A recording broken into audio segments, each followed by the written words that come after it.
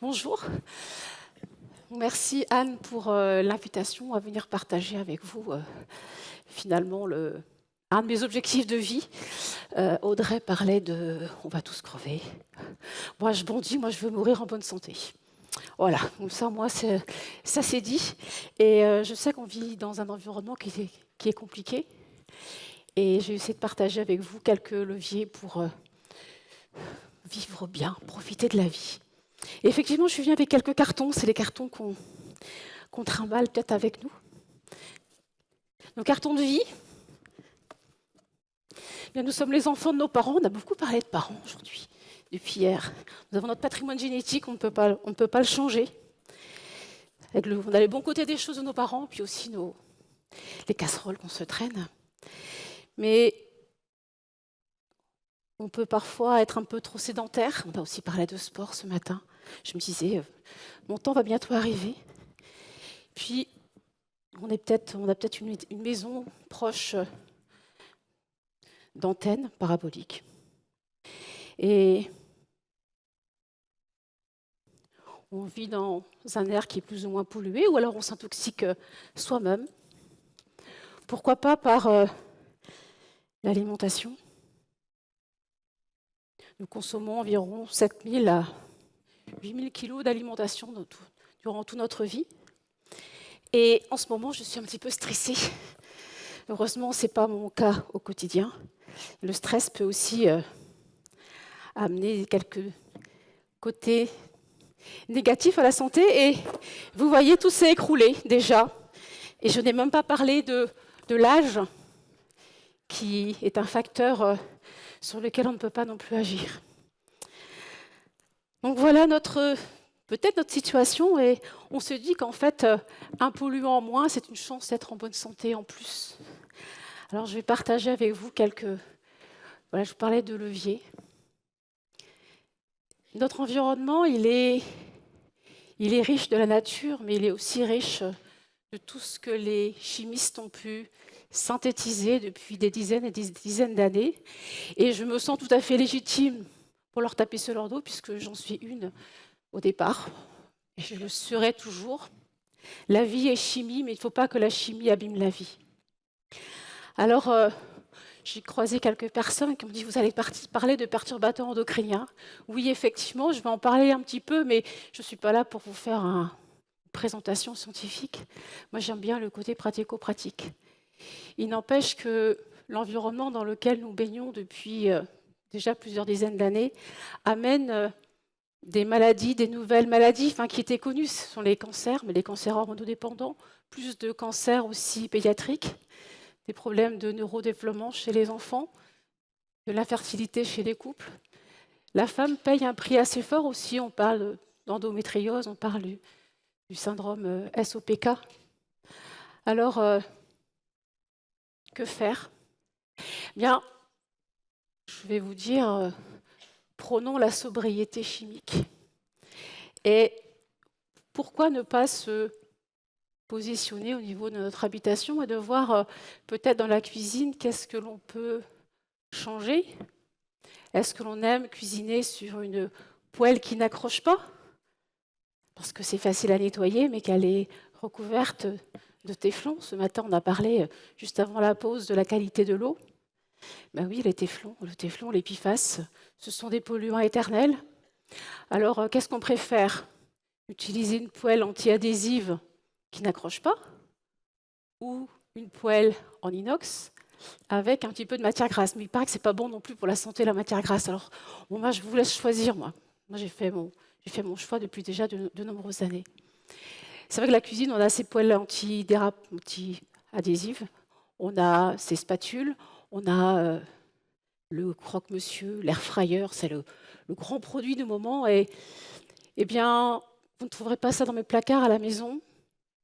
Le croque-monsieur, je l'ai banni parce que j'en ai pas encore trouvé avec un revêtement sans téflon.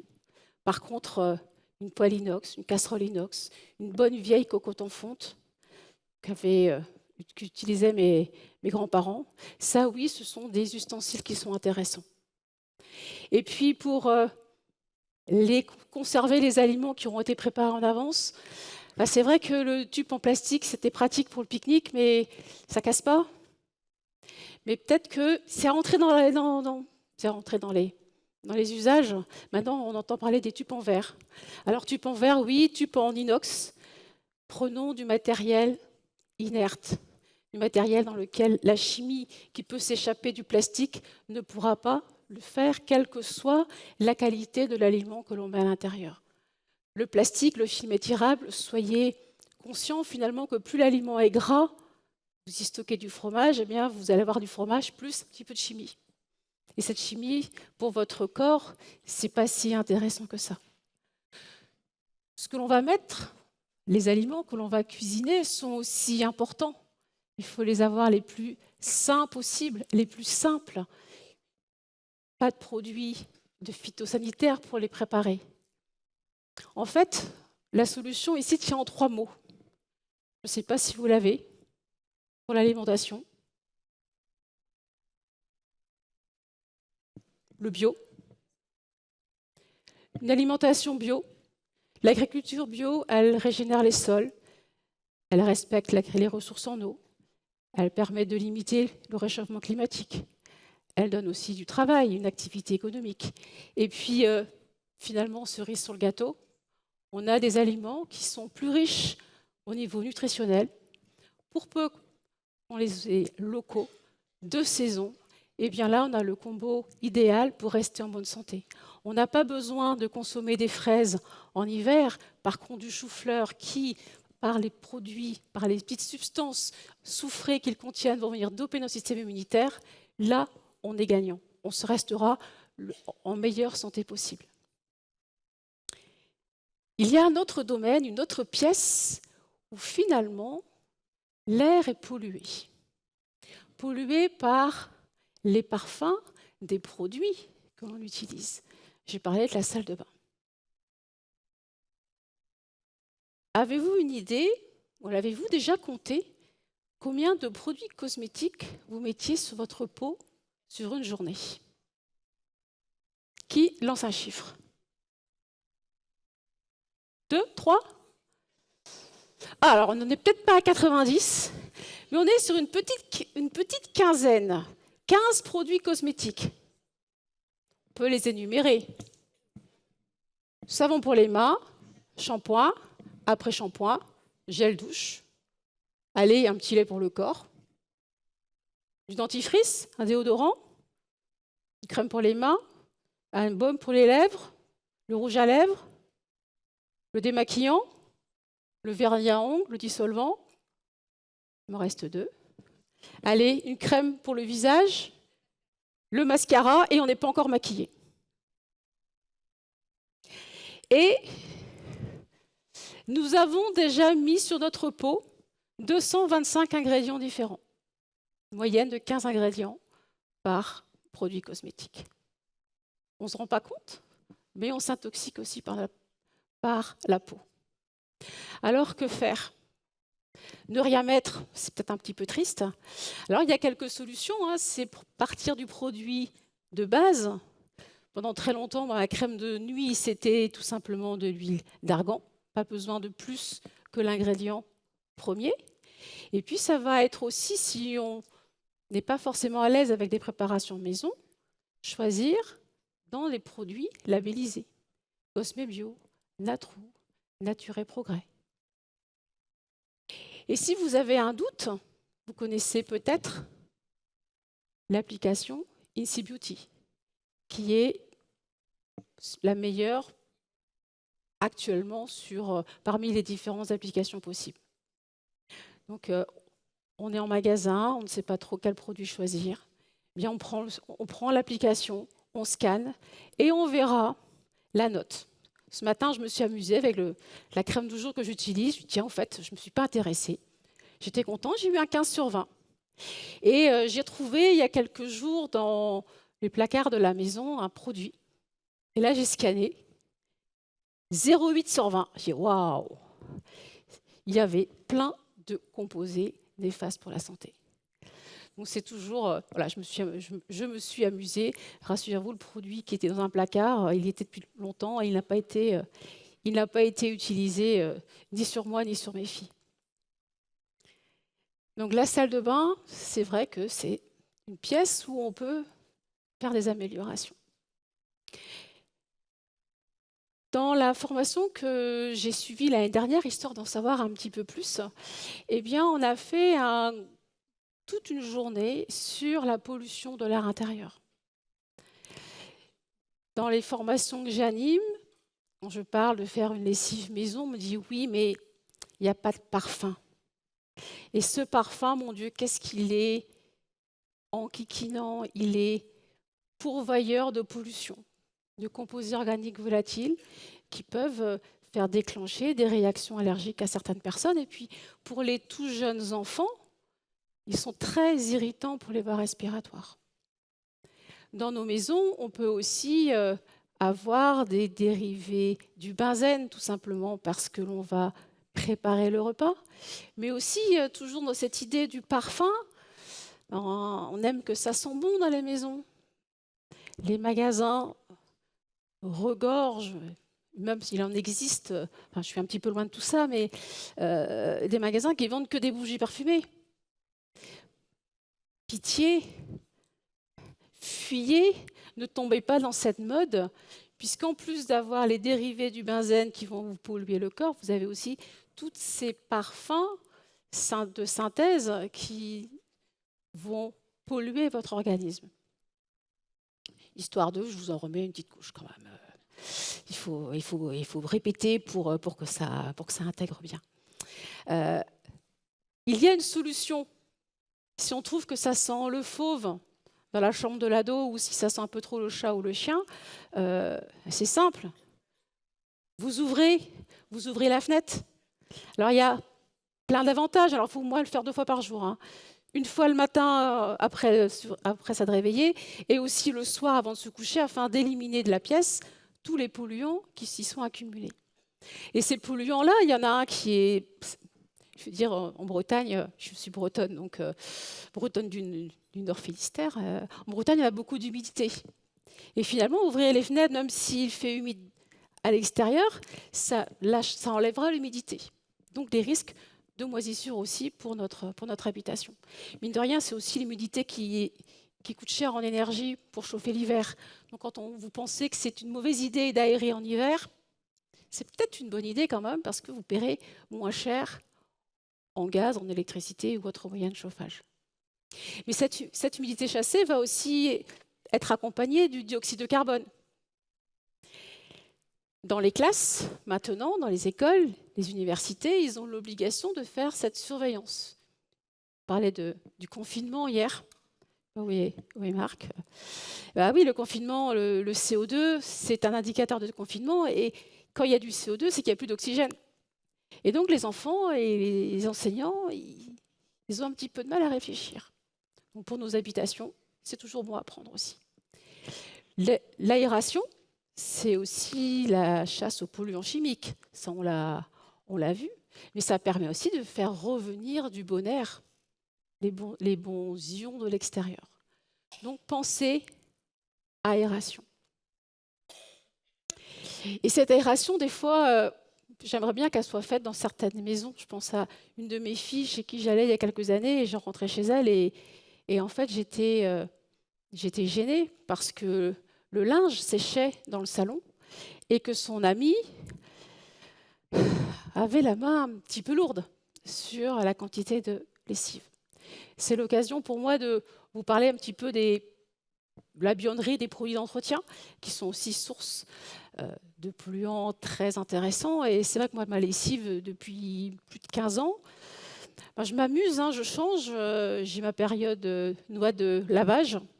Pas une bonne expérience. Pendant très longtemps, et je continue toujours à faire de la lessive à base de paillettes de savon, tout simplement. Et puis, l'hiver, j'aime bien faire la lessive de cendre.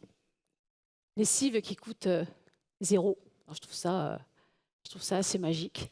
Il y a la lessive de cendre, mais il y a aussi la lessive de lierre qui est intéressante. On va se promener dans la nature et on récolte le lierre, on en fait chauffer 5 ans dans 1 litre d'eau et le lendemain matin, on a une lessive.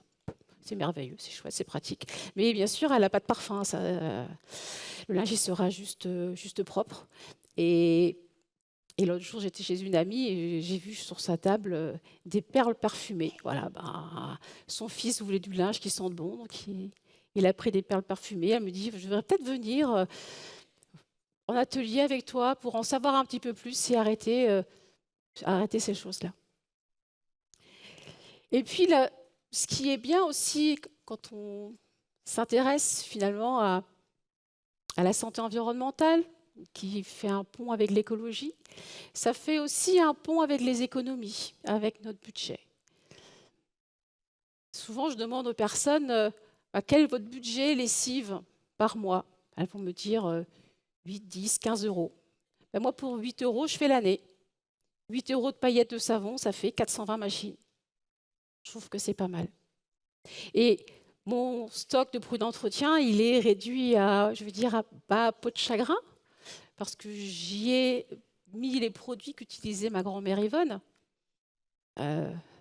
Hier, on avait notre petit souci dans la cafetière, et c'est vrai que le vinaigre blanc, ça marche très bien, l'acide citrique, les cristaux de soude, baillettes de savon, le savon de Marseille, la terre de Sommières. En fait, tous ces produits de base qui s'utilisent juste tout seuls. Ah oui, j'oubliais quand même un chouchou, le percarbonate, si vous voulez avoir du linge bien blanc. Et ce percarbonate, il désinfecte, donc pas besoin de sani tout dans la maison. Si vous avez besoin de désinfecter un produit tout simple, il n'y a pas d'odeur, il n'y a pas de parfum, il n'y a rien, il n'y a pas de danger pour la planète. Et c'est vrai que tous ces produits qui sont en quantité exponentielle dans les grandes surfaces, en fait, on n'en a pas besoin. Pour nettoyer une table, alors ce matin, je pense que j'étais un petit peu stressée, mes doigts ont tapé dans ma tasse de café et la jeune fille qui est venue nettoyer, eh bien, elle avait la matière. En fait, elle est venue nettoyer la table juste avec une microfibre de l'eau. On n'a pas besoin d'avoir autre chose pour nettoyer des surfaces, pour nettoyer sa maison. Ça fait le job. Et je parle de nettoyer. Parfois, on a tendance, dans son propre domicile, à vouloir désinfecter. Surtout, ne le faites pas.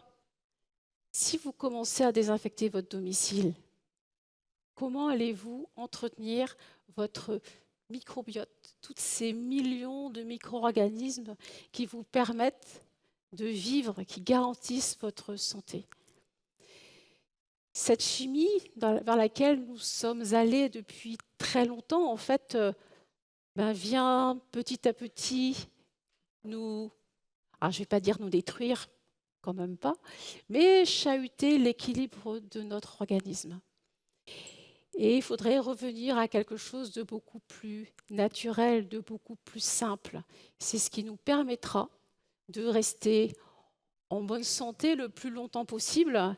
Et puis pour moi, qui suis l'heureuse grand-mère d'une petite fille de 2 ans et demi, et je pense à la petite enfant, hier on parlait de l'enfant de 2 ans qui s'émerveille, eh bien moi j'ai envie de rester en bonne santé longtemps pour voir la génération future, pour voir mon arrière-petite-fille et de pouvoir prendre du plaisir avec elle, la prendre dans mes bras, pouvoir, alors peut-être pas courir quand j'aurai 90 ans, mais envie de faire partie de sa vie, de cette arrière-petite-fille qui y arrivera un jour. Oui, on n'est qu'une famille de filles en fait, j'ai oublié de vous préciser. J'ai 3 filles, une petite fille, et puis ça va, j'espère continuer comme ça. Donc, bon voilà, je veux avoir une belle vie encore pendant de nombreuses années, en prenant aussi soin de la planète, puisqu'on va aller vers la simplicité, vers la frugalité. Merci. Merci beaucoup.